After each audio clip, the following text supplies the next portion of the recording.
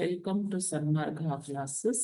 ಮೊದಲನೇ ಪ್ರಶ್ನೆ, ಅರ್ಥಶಾಸ್ತ್ರದ ಮೂಲ ಪರಿಕಲ್ಪನೆಗಳು ಎಂಬಂತಹ ಚಾಪ್ಟರ್ ಇಂದ ಬೇಡಿಕೆ ಹೆಚ್ಚಾದಾಗ ಉತ್ಪಾದನೆಯ ಸ್ಥಿತಿ ಹೇಗಿರುತ್ತೆ ಅಂತ ಕೇಳ್ತಾರೆ.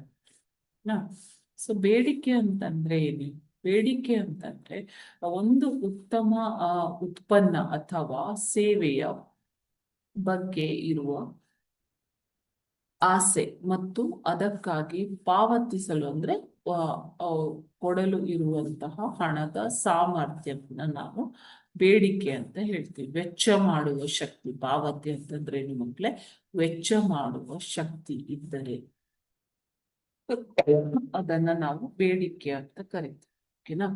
ಸೊ ಬೇಡಿಕೆ ಹೆಚ್ಚಾದಾಗ ಉತ್ಪಾದನೆ ಏನಾಗತ್ತೆ ಅಂತ ಕೇಳ್ತಾ ಇದ್ದಾರೆ. ಆಪ್ಷನ್ಸ್ ನೋಡೋಣ. ಆಪ್ಷನ್ ಎ ಕಡಿಮೆ ಆಗುತ್ತದೆ, ಆಪ್ಷನ್ ಬಿ ತಟಸ್ಥವಾಗುತ್ತದೆ, ಆಪ್ಷನ್ ಸಿ ಸಮತೋಲನವಾಗಿರುತ್ತದೆ ಮತ್ತು ಆಪ್ಷನ್ ಡಿ ಹೆಚ್ಚಾಗುತ್ತದೆ.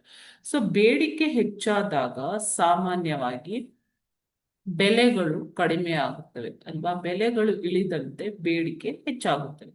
ಅದೇ ರೀತಿ ಬೇಡಿಕೆಯು ಉತ್ಪಾದನಾ ಕ್ಷೇತ್ರದ ಮೇಲೆ ಪರಿಣಾಮವನ್ನ ಬೀರುತ್ತೆ. ಬೇಡಿಕೆ ಹೆಚ್ಚಾದಾಗ ಸಾಮಾನ್ಯವಾಗಿ ಉತ್ಪಾದನೆ,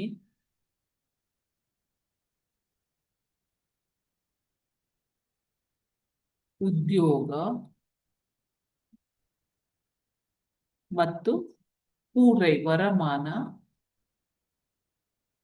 ಪೂರೈಕೆ. ಒಂದು ವಸ್ತುವಿಗೆ ಬೇಡಿಕೆ ಹೆಚ್ಚಾದಂತೆ ಉತ್ಪಾದನೆಯು ಹೆಚ್ಚಾಗತ್ತೆ. ಅದೇ ರೀತಿ ಉದ್ಯೋಗಗಳು ಕೂಡ ಹೆಚ್ಚಾಗುತ್ತವೆ. ಯಾಕೆಂದ್ರೆ ಉತ್ಪಾದನೆ ಮಾಡೋದಕ್ಕೆ ಉದ್ಯೋಗಿಗಳು ಬೇಕು ಅಲ್ವಾ?